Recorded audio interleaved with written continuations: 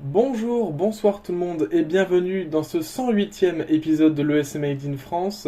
Aujourd'hui, l'équipe est au complet, donc nous avons comme d'habitude Adil. Bonsoir Adil. Bonsoir, et dans 2 semaines, c'est mon anniversaire. Et oui, on le fêtera avec plaisir. Également Alejandro. Bonsoir Alejandro. Bonsoir. Également Gwen. Bonsoir. Bonsoir. Bonsoir Mike. Bonsoir. Et enfin, bonsoir Alexandre. Et bonsoir, et dans 2 semaines c'est mon... Et non pas du tout, c'est dans 10 mois, parce que c'était en août le mien, voilà. Voilà, rip. Aujourd'hui au programme, une majorité de news concernant l'Eurovision Junior, 3 nouvelles chansons, mais surtout l'organisation qui a été détaillée. Mais avant, un peu d'Eurovision classique. Nous avons reçu les informations concernant l'UMK 2024, la sélection des artistes s'est faite, et la télé finlandaise a décidé de nous teaser un maximum. Plusieurs infos, notamment le show qui aura lieu à la Nokia Arena, qui est une arène pouvant accueillir jusqu'à 15 000 personnes. Les artistes vont être révélés le 10 janvier, et du coup les chansons comme d'habitude sortiront de façon quotidienne. La line-up est décrite comme la plus grosse line-up de tous les UMK. C'est-à-dire qu'ils nous ont teasé chaque artiste par une simple description comme d'habitude. Donc un ou une jeune artiste avec une chanson dansante des années 90, une chanson puissante par une artiste magnifique, une chanson particulièrement élégante par l'une des plus grosses stars indépendantes, un duo formé par 2 énormes artistes avec un excellent refrain, un hymne rock explosif par un groupe faisant des tournées mondiales, une chanson très intense par l'un des artistes les plus écoutés aujourd'hui, et enfin un banger de boîte de nuit par un artiste connu. C'est exactement mot pour mot ce que la YLE nous a teasé. Adil, qu'est-ce que tu penses de ce prochain UMK ?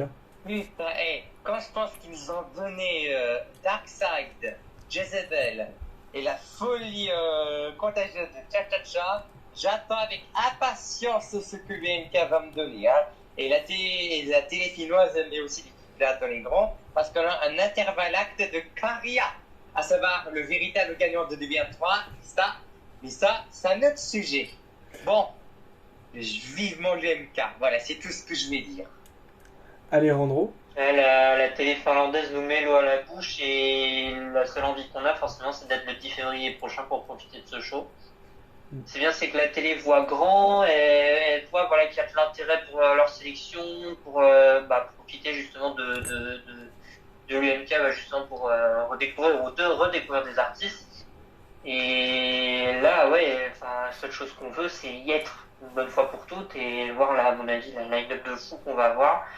Je suis très content de revoir la Finlande reprendre l'Eurovision vraiment comme quelque chose de super important chez eux. Et ouais, ça fait que plaisir à voir. Faut voir. Ce serait bien que d'autres pays s'y mettent aussi, quoi. Gwen ? Je pense que tout a été résumé. Effectivement, je pense qu'on a hâte d'être au 10 février, et voire même au 10 janvier pour découvrir les noms des candidats et les chansons. Mais c'est vrai qu'effectivement, cette sélection nous donne l'eau à la bouche. Et on voit que la Finlande, au contraire, prend l'Eurovision au sérieux là depuis pas mal d'années et ça fait vraiment plaisir à voir. Et je pense que ce sera même un candidat redoutable dans le futur et je serais pas étonné de voir une seconde victoire assez rapidement. Mike ? Alors, à titre personnel, l'UMK est pour moi le format idéal pour une sélection nationale. Bon, pas parfaite évidemment, parfaite, mais pour moi c'est la meilleure chose à faire pour pouvoir digérer bien tous les artistes, s'attacher à toutes les chansons, avoir un show, le meilleur show possible et les meilleures chansons possibles, vu qu'il n'y en a que 7 de chansons, donc c'est vraiment, tu prends la crème de la crème. Et comme ils ont dit, la Finlande, ils ont envie de prendre ça au sérieux. Et là, tu le vois, quand tu vois la promo pour l'UMK qui a été balancée ce matin, ils déclarent ça comme the Eurovision 2024 Host City Wannabe. Pour Tampere avec la Nokia Arena, donc vraiment ils étaient dans le délire. Si on avait gagné, ça se passerait là-bas.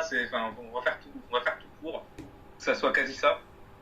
Et toutes les descriptions elles te font dire on va prendre la crème de la crème des artistes finlandais, vraiment les plus gros. Et les descriptions qui me rendent curieux, genre le duo d'énormes artistes.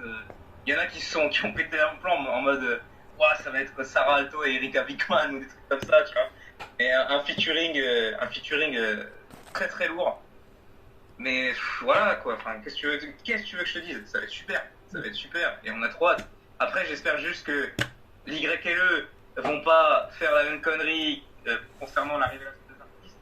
Savoir faire en sorte que le truc soit le plus leakable possible. Genre vraiment, comment ça, le line-up de cette année, quand il a été leaké, vraiment c'était en mode. Enfin, la YLE, ils les ont donnés aux gens, quoi. Genre, hey, venez, prenez-les, y a pas de problème. Donc, j'espère qu'ils vont régler ça. Mais en dehors de ça, enfin. Trop hâte d'être au 10 janvier, la semaine qui va suivre pour les chansons, et le 10 février pour le show live. Trop hâte pour la Finlande, et j'espère que ça va bien se passer pour eux. Alexandre? Mais j'ai super hâte, comme vous autres. Hein. Effectivement, au vu des descriptions que tu as données, Arthur, ça promet, c'est très prometteur. Parce que on a l'impression, enfin moi j'ai l'impression qu'il y a une grosse diversité de genres qui va être encore représentée. Et ça, c'est ce qu'on aime. C'est ce qu'on aime. Et c'est ce qui fait que, notamment un show comme celui-ci, non seulement le magazine de l'audience, mais en plus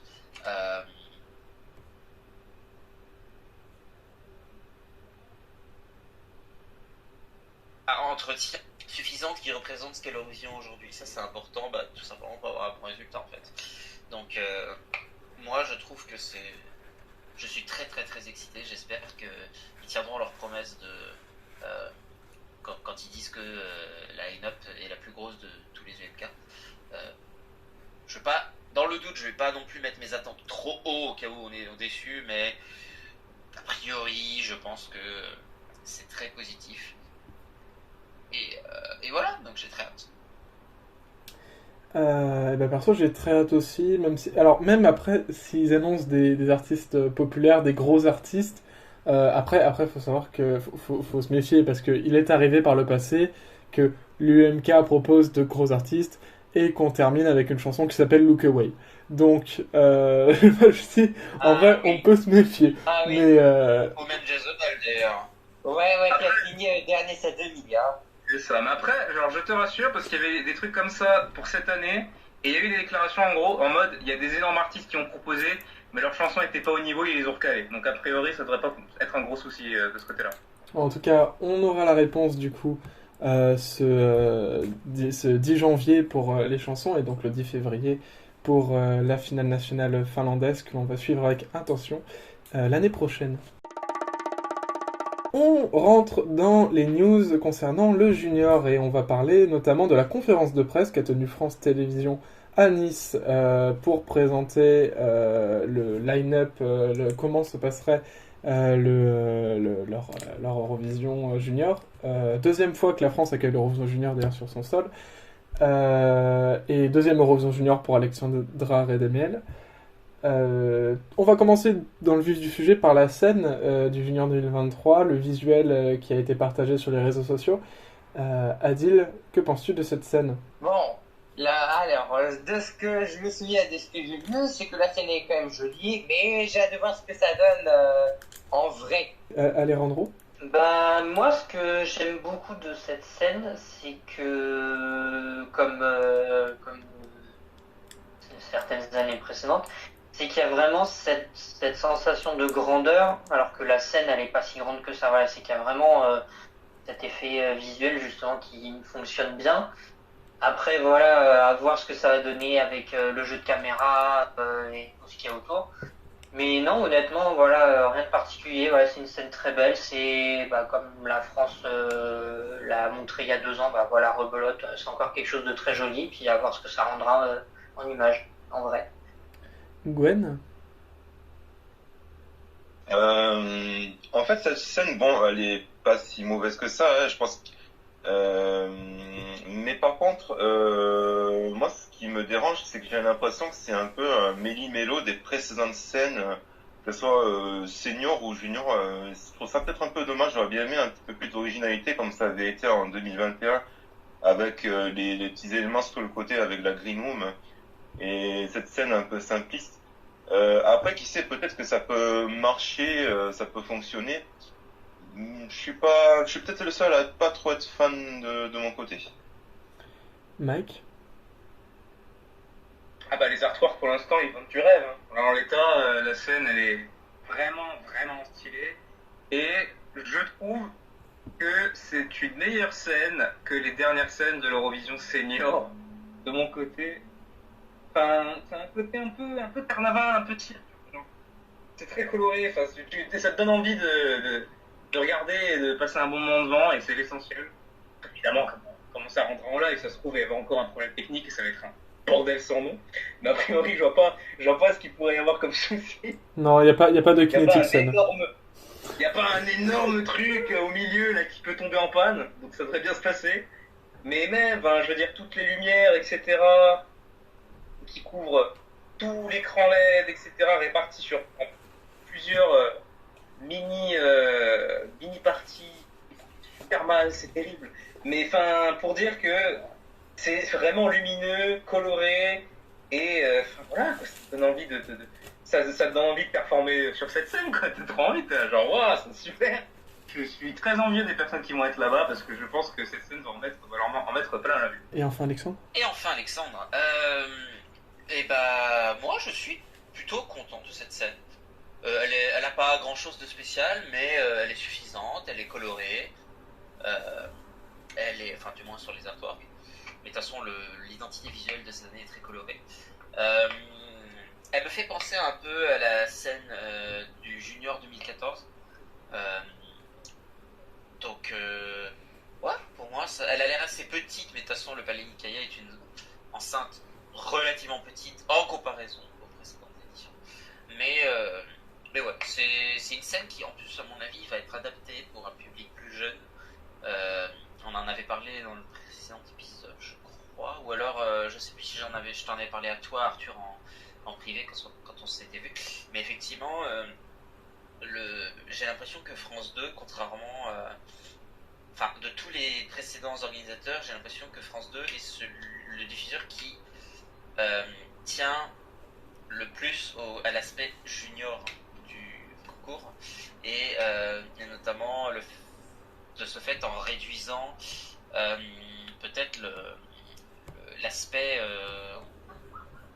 on va dire des projecteurs et tout ça. Donc ouais, j'ai pas grand chose d'autre à rajouter, c'est très bien. Et ben perso, j'aime beaucoup cette scène, je la trouve assez classe. Mais du coup, alors, je ne me rendais pas compte à quel point le palais Naika était petit. Mais genre, du coup, il n'y aura pas de gradin ni rien. Il y aura juste des places debout, si j'ai compris. Ou alors c'est les visuels qui trompent. Il n'y aura je pense que c'est juste le visuel. Hein. Ouais. Parce que du coup, sans voir les gradins, la salle paraît hyper petite, quoi. Donc, Oui, bah oui, forcément. Ouais. Donc je sais pas. On va continuer les news sur le Junior 2023 par parler des animateurs. Donc Olivier Mine revient pour l'animation, mais cette fois il sera accompagné de Laurie Tillman. Carla, quant à elle, ira aux commentaires avec Stéphane Bern comme l'an dernier. Et pas d'Élodie Gossuin, hein, malheureusement, grande oubliée de ce Junior 2023. Adil, que penses-tu de cette line-up de présentateurs? Non mais c'était obligé de garder Olivier, étant donné qu'il était excellent à Paris. Hein. Quant à Laurie, on va voir ce qu'il va donner. Hein. Bon, par contre, sinon, niveau commentateur, flemme de Stéphane Bern, encore une fois. Par contre, Carla, je sais pas du tout ce que ça donnait les 2 essais précédents. Mais apparemment, c'était quand même de meilleure qualité par rapport à Stéphane. Perso, je me souviens, pour évoquer la performance de Carla en tant que commentatrice du Junior, je me souviens en 2021, je crois, c'était Chanel Monseigneur qui représentait Malte. Et, ça c'est 2020. 2020. Chanel Monseigneur, 2020.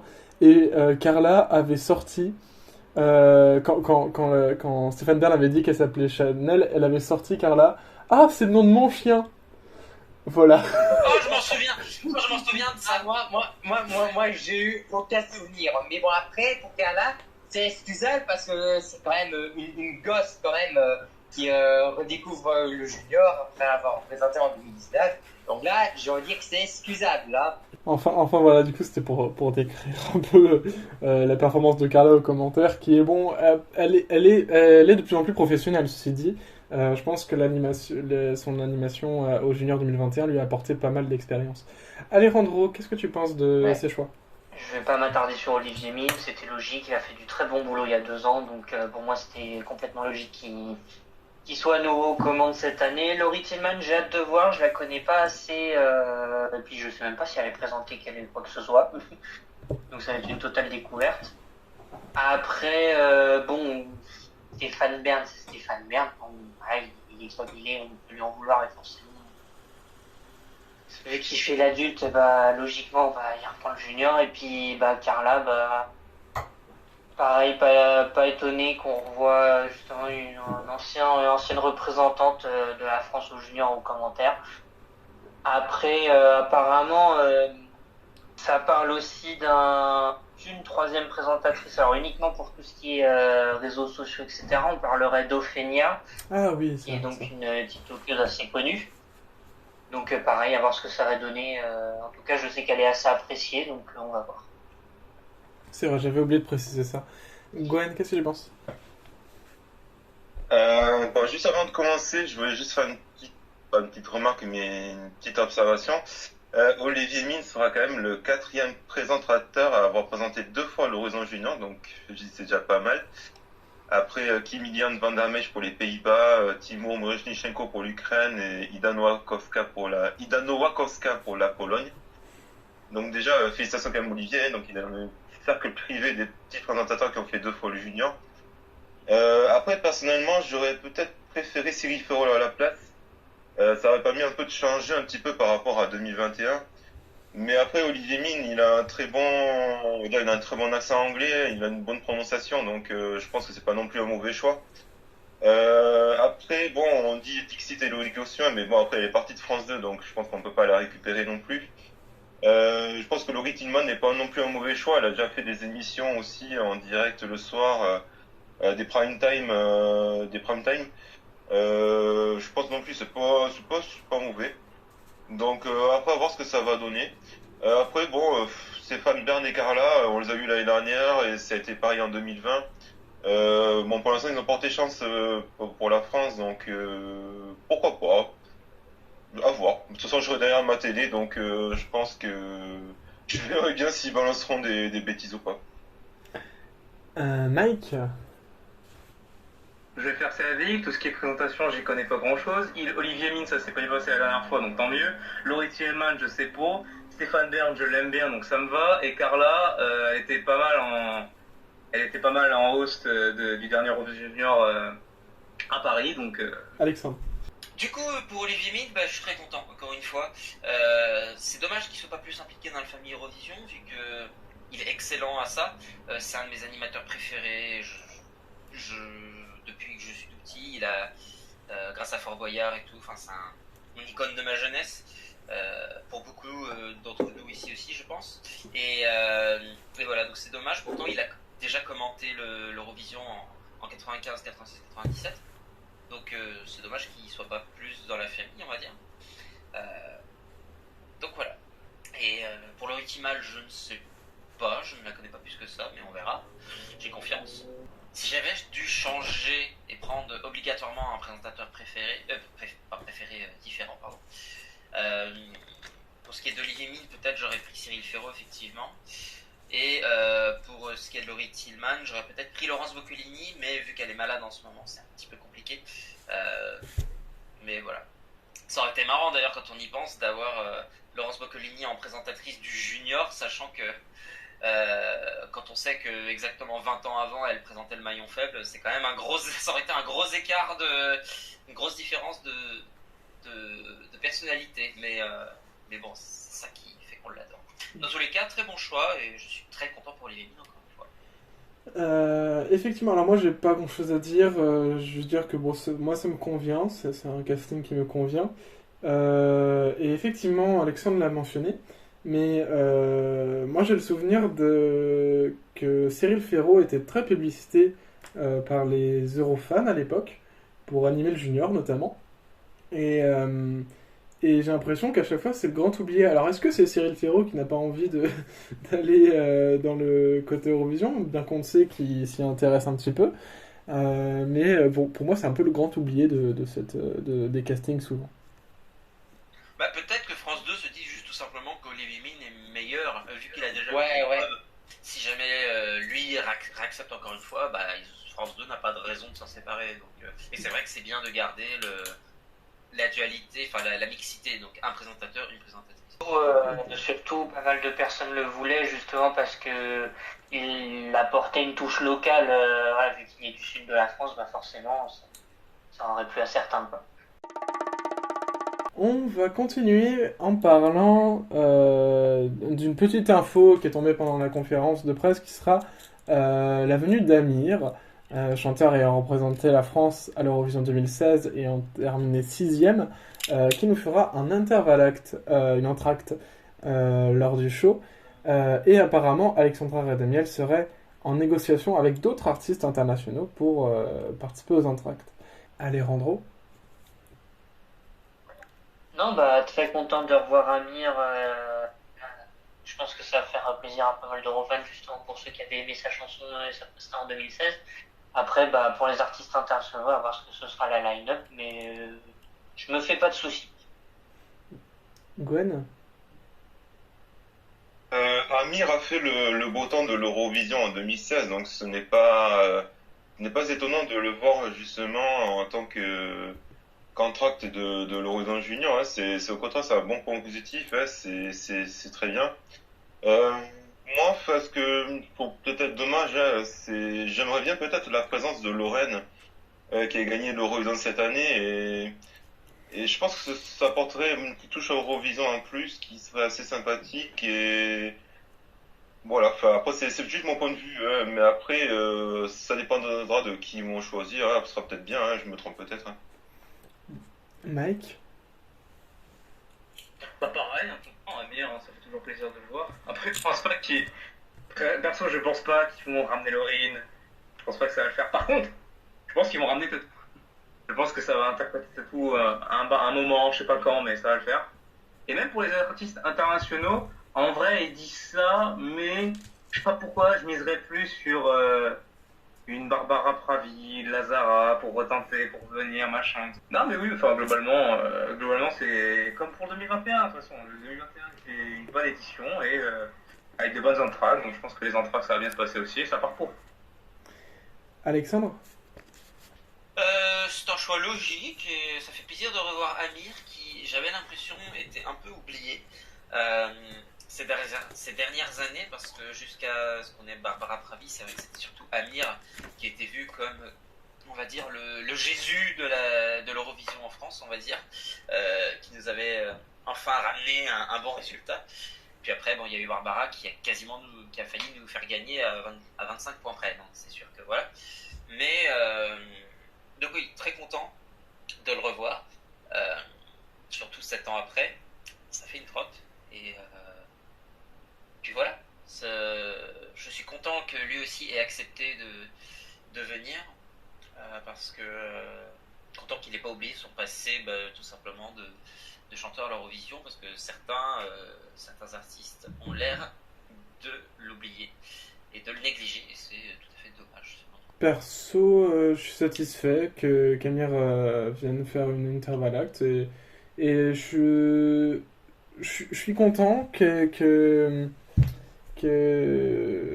Alexandra prenne autant, enfin la délégation française, hein, on dit tout le temps Alexandra, mais la délégation française en règle générale, prennent du temps à consacrer sur leurs entractes et tout. Cependant, c'est pour avoir des entractes comme Offenbach en 2021 qui a duré le temps de la parade des drapeaux et c'est tout. Honnêtement, faudrait faire peut-être un peu mieux. C'est peut-être un des points où le show avait un peu pêché en 2021, bien que le voilà de Barbara Pravi était magistral. Mais bon, après ça c'est Barbara Pravi, tu peux la mettre dans le show le plus nul du monde, elle te rendra le show incroyable. On passe par une autre encore plus petite news, mais quand même une avancée assez sympathique. C'est que la cérémonie d'ouverture, qui aura lieu le 20 novembre, pas loin de la promenade des Anglais, je crois, sera diffusée en direct sur Culture Box, une première en France, sachant que la cérémonie d'ouverture de l'Eurovision au Royaume-Uni avait été diffusée sur BBC 3. Là, du coup, c'est la France qui se met à diffuser la cérémonie d'ouverture. Adil, qu'est-ce que tu en penses, toi? C'est surprenant quand Sacha, il faudrait un peu arrêter de manger pendant un temps que je parle, mais bon. Pardon, je pensais... pardon, ouais, t'inquiète. Bon, le 20 novembre, Culture Box, aka France 4, diffusera la cérémonie d'ouverture. Ouais, pourquoi pas, mais bon, après, je suis pas sûr qu'on va laisser le flux clean. On va avoir quelqu'un pour commenter ce qui se passe, hein. Mais bon, je sais pas si je vais regarder, étant donné que je suis pas un gros fan du tapis rouge des cérémonies d'ouverture. Hein. Mais bon, en fait, l'information qui va me surprendre, c'est qui va commenter? Qui? Alejandro? Oui, d'une part, c'est une bonne chose, parce que justement, bah, ça permet, enfin, France Télé forcément va essayer de mettre un peu plus le monde d'Eurovision dans ses programmes, etc., le faire avancer pour que un peu plus de Français regardent, etc. Mais même si l'intention est bonne, je crains que ça va être un gros flop en termes d'audience et qu'ils vont faire une fois et puis les années à venir, il n'y aura plus, quoi. Donc à voir ce que ça va donner, mais moi, ouais, c'est une fausse bonne idée de faire ça. Même si l'intention de base est bonne. Alexandre? J'ai pas grand chose à commenter dessus, je n'étais pas au courant jusqu'à récemment. Je trouve que c'est une bonne chose. Bon, c'est peut-être pas pic divertissement, mais je sais pas si je sais pas si ça fera une grosse audience sur France 4, mais bon, honnêtement, c'est pas la plus grosse chaîne du groupe, donc pourquoi pas. Et donc ouais, c'est intéressant. J'aime beaucoup l'expression pic divertissement. Bah c'est vrai, c'est sûr. Au moins, j'espère juste que bon, on a l'habitude des cérémonies de red carpet avec des présentateurs qui ne connaissent pas le moindre mot de français. Je crois que de mémoire, en 2021, il n'y avait pas de cérémonie parce que c'était le Covid. Ouais. Donc bon, je préfère qu'ils annulent la cérémonie de tapis rouge plutôt qu'ils annulent le concours en lui-même. Donc c'était une bonne décision. Et du coup, bah, on va enfin voir ce que ça donne quand c'est la France qui le fait. J'espère qu'on va pas, déjà de base, j'espérais qu'on va pas se ridiculiser, d'avoir un présentateur de chez nous avec un anglais horrible comme c'est déjà arrivé dans certains cas dans d'autres pays. Maintenant, la deuxième question, c'est j'espère que cette fois-ci, les Français eux-mêmes n'auront pas à le témoigner. Voilà, donc, mais à voir, sinon, pourquoi pas, j'essaierai de regarder. Perso, je trouve que c'est une preuve que France Télé est à fond dans l'Eurovision et l'Eurovision Junior. Ils sont fiers d'accueillir l'Eurovision Junior sur leur sol. Et le fait qu'ils le diffusent à la télé, je trouve ça incroyable. Alors, on peut dire, oui, ça va flopper en audience, c'est sûr. Mais honnêtement, Culture Box, c'est une chaîne qui est là justement pour tester et pour essayer des choses. Donc, autant essayer de diffuser une cérémonie d'ouverture d'un événement où la population française en a un petit peu rien à faire, il faut être honnête. Mais je suis content en tout cas de cette proposition. Et je regarderai sans hésiter sur Culture Box, rien que pour la curiosité médiatique que ça doit être. Adil, tu voulais intervenir en plus? Oui, et puis c'est pas sur la cérémonie, mais il faut savoir qu'en fait que je crois que depuis 2021 ou 2022, bah, il n'y a plus les sondages médiamétrie niveau audience. Oui, en plus. En fait, on va passer à, ma foi, la partie, je pense, la plus intéressante. 3 nouvelles chansons sont sorties pour l'Eurovision Eurovision Junior 2023. Et la première est la France Cocorico. Zoé Closure avec Cœur. Qu'est-ce qu'on en pense, Adil? Est-ce qu'on se dirige vers une nouvelle victoire?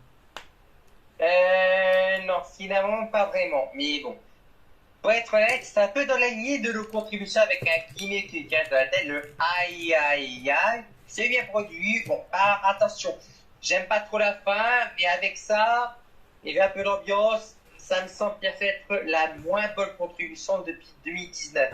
C'est pas une mauvaise chanson, mais c'est juste, c'est moins ma cam. Au minimum, ce sera un top 5 si en vue, si le live et la mise en scène suivent. Bon, après, ça c'est pour le jury. Par contre, pour le vote en ligne, et vu qu'on peut voter pour nous-mêmes, quelque chose me dit que la communauté risque encore de peut-être surévaluer la France, mais du moment qu'on continue nos bons résultats, pourquoi pas? Alejandro? C'est une bonne chanson qui est quand même assez bien produite. On retrouve bien la patte française, voilà, des bonnes chansons à bon rythme, etc. que la France a eu l'occasion d'envoyer durant ces dernières années au junior. Zoé en live, elle gère. Ça, il n'y a pas de problème. Il n'y a qu'à voir ses prestats, c'était à The Voice. Mais comparé à Au Maman, aux autres chansons des années présentes, j'ai pas eu à la première écoute ce truc de dire ouais, c'est génial. J'ai mis plus de temps à trouver que la chanson est bien.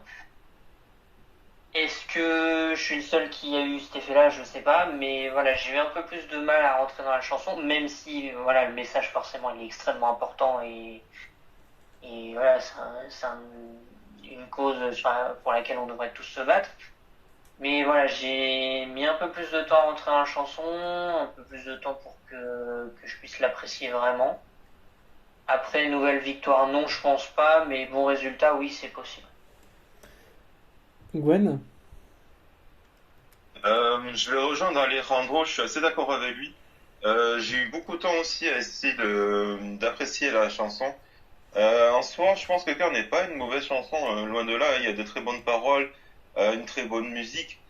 Moi, ce que je reprocherais peut-être à France Élisant, c'est de ne pas avoir pris de risques.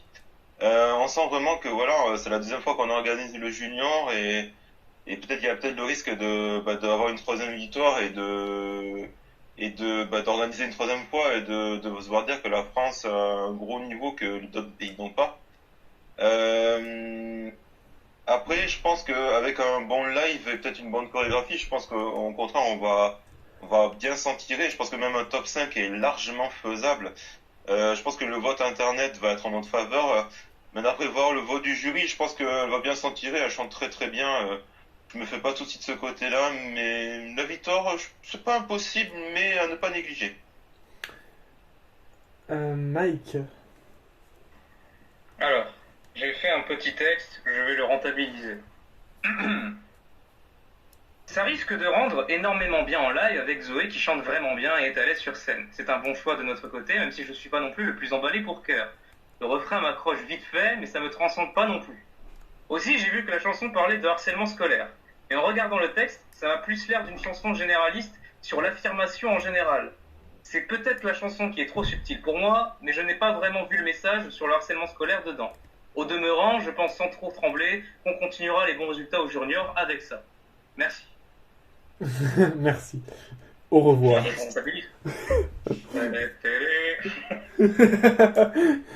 Alexandra? Bah, moi, personnellement, en temps normal, si ça avait été dans un contexte, hors d'un contexte de la France organise de nouveau le concours, j'aurais trouvé ça décevant. Mais je trouve au contraire que globalement, de manière générale, hors contexte Eurovision, je me suis diversifié en termes de goût. Et cette musique, que en temps normal je n'apprécierais pas tant, et bah j'ai bien aimé. Je me suis. Ça va, j'ai trouvé ça assez bien à l'écoute. J'aime bien le refrain qui est assez mémorable pour le coup, comme avait dit, je crois que c'était Alejandro ou Adil, je sais plus. Mais ça c'est un bon point. Et pour autant, c'est pas une chanson qui est si proche de ce qu'on envoie d'habitude. En fait, c'est pas non plus un truc ultra différent, mais on voit quand même que France 2 essaye un peu de sortir de sa zone de confort en proposant autre chose. Peut-être un morceau avec un son peut-être un peu plus adulte, plus mature. Et ça j'apprécie bien. Donc, et pour autant, ça reste quand même très junior. Donc voilà, je suis content, ça change et ben, j'ai hâte de voir ce que ça va rendre sur scène. Je sais pas trop comment ils vont mettre en scène ça, mais à voir, à voir. Je pense que je vais être la personne la plus enjouée cette musique ce soir. Ça a été pour moi un coup de cœur instantané. Je trouve que c'est peut-être la meilleure chanson qu'on a envoyée aux juniors. Je la trouve hyper efficace. Genre, je sais qu'une chanson du junior me plaît quand je me dis putain, je pourrais l'écouter en dehors du junior. Je trouve la mélodie est super efficace, le refrain rentre très bien en tête. Comme disait, je crois, Adil, les aïe aïe aïe, ça va être mémorisé, c'est international, tu vois, tout le monde va pouvoir les chanter. Pareil, alors je sais pas, ils ont glissé au milieu de la chanson un comme ci comme ça. Tu sais, les expressions françaises un peu connues internationalement pour refaire bien français dedans. Du coup, j'aime beaucoup. Je trouve la voix en plus, une voix un peu sèche que j'aime beaucoup, qui a Zoé. Non, vraiment, je suis satisfait et très honnêtement, c'est peut-être l'année là où j'ai le plus grand sentiment que la France va gagner en fait. Genre, alors tout est possible parce que l'an dernier je ne voyais mais absolument pas la France gagner. Même après le live je me disais putain on va être dernier. Mais du coup j'aime beaucoup ce mix disco et pop que la délégation française a l'air de raffoler parce que c'était un petit peu le genre qu'avait proposé Lazara pour l'Eurovision. En tout cas, il y a toujours aussi recette Eurovision, chanson française, junior. Il y a toujours ces moments parlés dans la chanson. Donc vraiment, je trouve qu'il y a tout pour qu'on fasse encore un bon résultat. Et qu'on reste la Power Nation de l'Eurovision junior. Non, j'aime beaucoup. Je trouve que c'est une réussite cœur pour le coup. Et même s'il n'y a pas du coup Barbara Pravi ou Iggy derrière. D'ailleurs, petite anecdote comme ça, j'ai découvert que du coup Zoé Closure a fait The Voice Junior, mais la personne qui a écrite la chanson Cœur, je me souviens plus de son nom, mais c'est aussi une participante de The Voice Junior, donc c'est intéressant.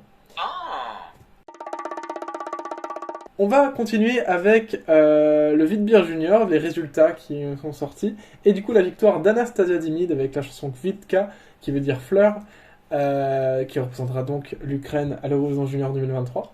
Adil, que penses-tu de Kvitka ? C'est que j'ai écouté et que c'est pas très bon, malheureusement. Hein. Alors oui, c'est une gosse de 9 ans, mais c'est vrai que c'est un peu daté quand même, mais pas daté dans le bon sens. Un nanar que je prends plaisir à écouter pour les Pays-Bas cette année, mais ouais, pas convaincu pour l'Ukraine cette année. Hein. Mais bon, on sait jamais, avec les votes sympathie avec la guerre, avec Dvorce Kalouche, je me méfierais d'elle si j'étais vous. Alejandro ? Alors, sachant que je n'ai écouté aucune chanson de la sélection ukrainienne, je suis désolé pour ceux qui aiment la chanson, mais je vais dire les termes. Je suis extrêmement déçu. Parce que ça fait 4 ans que l'Ukraine nous envoie des chansons vraiment masterclass, où tu as vraiment une identité propre, tu as vraiment une atmosphère, voilà, tu as vraiment quelque chose d'unique dans leurs chansons. Et puis là, cette année, on est retombé dans du basique, on est retombé dans les chansons junior des années 2000. Alors oui, Anastasia a 9 ans, j'en suis conscient, mais on a déjà eu des gamins et des gamines de 9 ans qui ont chanté des choses plus originales que ça, et des chansons plus simples. Là, je trouve que c'est vraiment plat. Et je vais pas me le cacher, je me suis ennuyé en l'écoutant, quoi. Donc, malheureusement, l'Ukraine, cette année, ce sera sans moi. Gwen? Vous êtes méchant envers la chanteuse, c'est pas très sympa. Non, Méchant. non, mais moi je suis à contre-courant de vous. Enfin, au contraire, c'est la chanson qui fait vraiment mais Eurovision Junior. C'est avoir un enfant qui a 9 ans, 9-10 ans et qui a une voix très enfantine et qui chante une chanson assez, on va dire, sympathique, quoi. Enfin, je trouve ça bizarre que vous ne l'aimez pas, même que personne ne l'aime, alors que moi, personnellement, je préfère celle-ci par rapport à l'année dernière. Même si c'est vrai que effectivement au niveau des paroles, ça parle un petit peu de la guerre, où elle dit oui voilà, je veux un monde avec de la paix, pas de la guerre, enfin voilà quoi. Mais au contraire, enfin, de la sélection, c'était peut-être mon second choix. Bon, c'était pas vraiment le premier, mais je suis très satisfait de ce choix. Et à votre place, oui, je serais peut-être qu'on m'a dit, oui, il faudrait peut-être se méfier. Qui sait, peut-être que l'Ukraine peut aller haut, peut-être dans le jury, voir le public. Ça peut faire un très bon score. Et qui sait, peut-être gagner l'Horizon Junior. Mike? Bien Gwen, je suis ravi de te rassurer parce que c'est mon top 1 pour l'instant de ce junior sur les 6 participants qu'on a. Et j'étais très content d'avoir gagné le Vidbeer Junior parce que vraiment ouais, c'était mon first pick. Du coup j'étais très content. Et ouais, enfin c'est le côté très enfantin, les côtés traditionnels avec notamment l'intro qui fait très chanson traditionnelle ukrainienne. Et puis voilà, t'as le message sur la guerre, c'est le gros mot gagnant, évidemment que ça allait gagner. Genre. C'était, le full package était là. J'étais curieux de voir le live et ça rend plutôt bien. La petite est très à l'aise, ça se passe très bien et je suis très content pour elle. Et oui, je suis comme Gwen. Vraiment, quand je l'ai écouté, je me suis dit putain, ça peut gagner hein, sur un malentendu, ça peut gagner le junior et je pense vraiment que ça va très bien se débrouiller, notamment sur le téléphone. Après, sur le jury, j'ai un peu plus de tout. Mais ouais, mais même lorsque j'ai écouté les chansons de l'ANF, déjà c'était ma préférée, même les jours qui ont suivi, je suis surpris à avoir le refrain dans la tête. Genre j'étais là, mais putain, c'est horrible. Il y a moyen que ce soit mon top 1 de tout, là, à la fin, quand on aura toutes les chansons.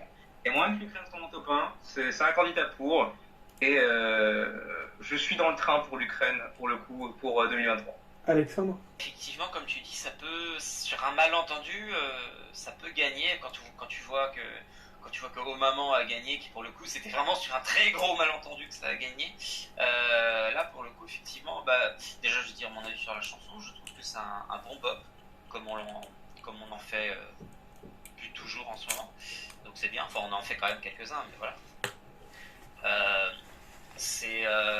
Alors, quand j'ai écouté la chanson la première fois, dans les premières secondes, j'ai cru, avec ces notes de synthé, j'ai cru écouter le 7e élément de Vitas au début.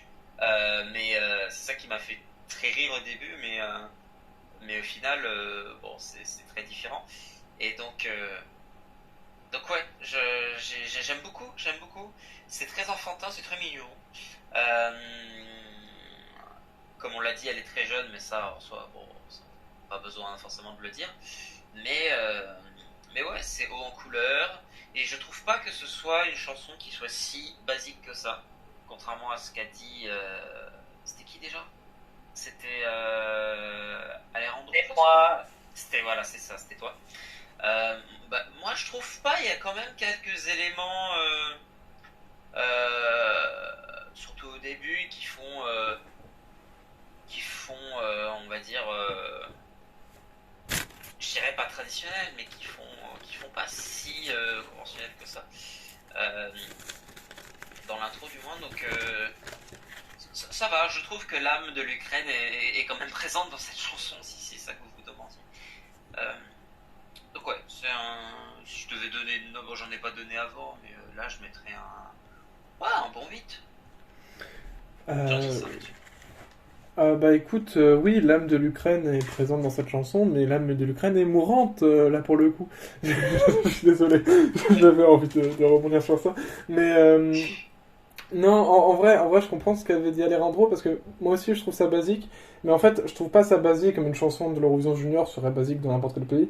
Je trouve ça basique pour de l'Ukraine, c'est-à-dire que il y a une énorme, certes, il y a une petite part d'originalité, mais bien moindre qu'on a eu ces dernières années et qui fonctionnait super bien. Pour le coup, oui, je suis aussi déçu de cette contribution et je me suis retrouvé dans ce qu'a dit Alejandro, c'est-à-dire que l'Ukraine est pour moi un des meilleurs pays à l'Eurovision. L'Ukraine a gagné était mon gagnant de l'Eurovision Junior en 2019 et 2020 et 2021-2022 ils étaient pas loin non plus de la victoire. Mais là c'est un peu, j'avoue, la douche froide. Je suis pas totalement hermétique à la chanson, mais disons que si je l'écoute plusieurs fois d'affilée, je risque d'avoir mal à la tête. Donc malheureusement, c'est peut-être pas une chanson que je prends trop plaisir à écouter. Bien que Anastasia ait une voix très belle et que sa chanson ait un message toutefois magnifique et compréhensible au vu de l'état de son pays actuellement. En tout cas, je sais pas si ça peut jouer la victoire, très honnêtement, et je trouve que Alejandro avait raison aussi sur ce point-là, comme quoi ça fait un petit peu chanson junior, mais de la dernière décennie, donc même des décennies 2008, un truc comme ça. Mais ouais, non, c'est dommage. J'ai écouté les autres chansons qu'il y avait dans la sélection ukrainienne, et je veux dire, il y avait peut-être de meilleurs choix, mais je sais pas, c'est bizarre. Peut-être que mon avis évoluera avec le temps. Et nous allons terminer par Sandra Valero avec la chanson Love You pour l'Espagne qui a été dévoilée ce matin à l'heure où on enregistre. Adil, qu'est-ce que tu penses de cette chanson? Ça j'aime bien, et en plus, bon, ça fait un peu série, un peu pour ado, genre Violetta, une série qui peut tourner sur Disney Channel avec le doublage espagnol qui va avec. Et quand même, il y a une petite touche intelligente, c'est le I love you, dit en anglais, en français, en italien et en portugais. Le fait, c'est une musique assez accrocheuse. Je pense qu'ils vont recontinuer leur série de top 10. Hein. Mais bon, on sait jamais. On s'est dit ça en 2021, puis il a fini 15e. Hein. Mais bon, c'est encore une fois bon titre de la part de l'Espagne. Alejandro? Alors, Love You, c'est un titre qui est ok pour moi. C'est pas incroyable, mais c'est pas mauvais non plus. L'intelligence dans ce titre, c'est le refrain qui a tendance à rentrer dès la première écoute. Ça fait moins préfabriqué comme on a eu l'an dernier, mais ça fait pas complètement original non plus. Ça à coup sûr sûrement faire un meilleur score, mais finir dans les hauts du classement, j'y crois pas. Après ça peut être une surprise, hein, mais je sais pas, je m'attendais à mieux de la part de l'Espagne et ouais, je suis un peu déçu aussi. Quoi. Gwen? Bon, je vais jouer mon relou. Moi, c'est tout le contraire. Pour moi, c'est un coup de cœur de cette chanson. Je la trouve même meilleure que l'année dernière, parce que l'année dernière, je trouvais ça un peu trop prétentieux, ça me gavait un petit peu. Là, je la trouve très, enfin, je suis d'accord avec Adi, oui, ça fait très série américaine, adolescent, hein. Mais après, c'est assez jovial, c'est assez envoué, enfin, voilà, quoi. Comment dire, c'est joyeux, enfin, voilà, quoi. On voit qu'elle y met tout son cœur, tout son âme, enfin, vraiment, c'est vraiment une chanson que j'adore. Après, effectivement, de là, ce que ça va aller vers le haut du classement, c'est peut-être un peu moins sûr, mais qui sait, peut-être avec un très bon live, ça peut créer la surprise et peut-être sur un malentendu gagner l'Horizon Junior. Peut-être à voir avec le temps, mais pour l'instant, l'Espagne est vraiment un coup de cœur de mon côté. Mike? Décidément, Gwen, on va se serrer dans les bras, c'est exceptionnel. Mais doucement, doucement. Pas les cheveux de mariage non plus. les accords sont trop parfaits, c'est magnifique. Mais je valide totalement la chanson et je tiens à dire quelque chose.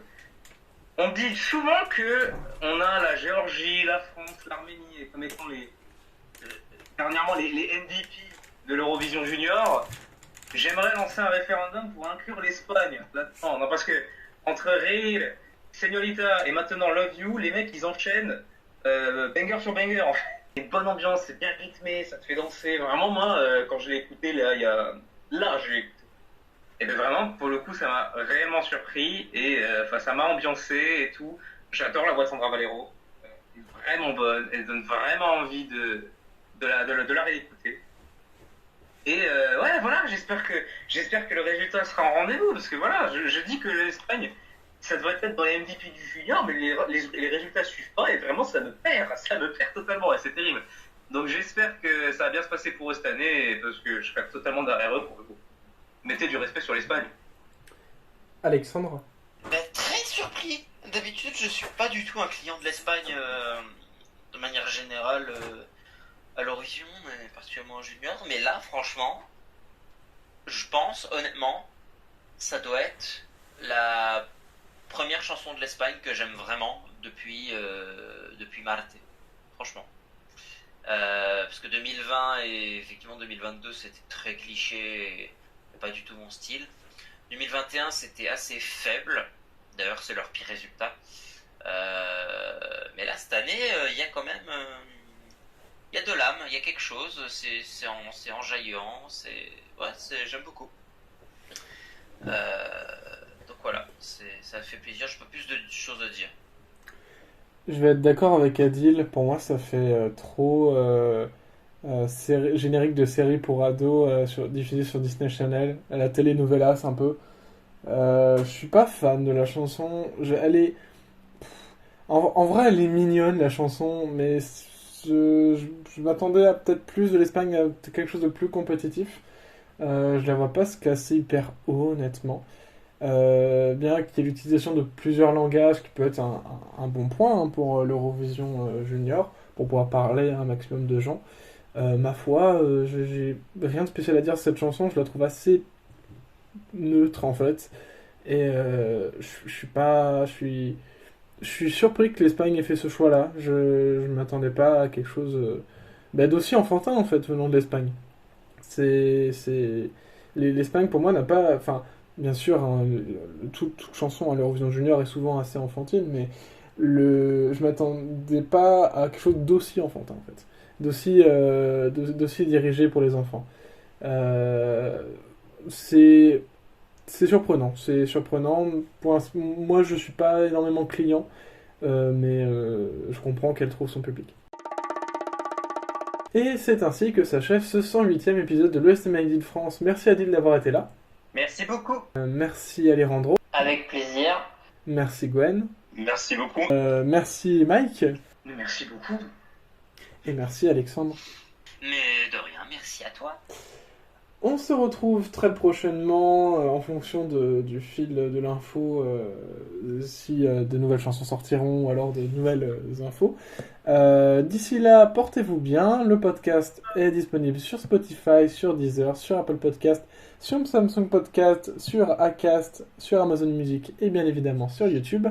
Merci à tous de nous avoir suivis. Bye bye. Allez, ciao, bonsoir. Au revoir. Salut à tous. Bonsoir, au revoir.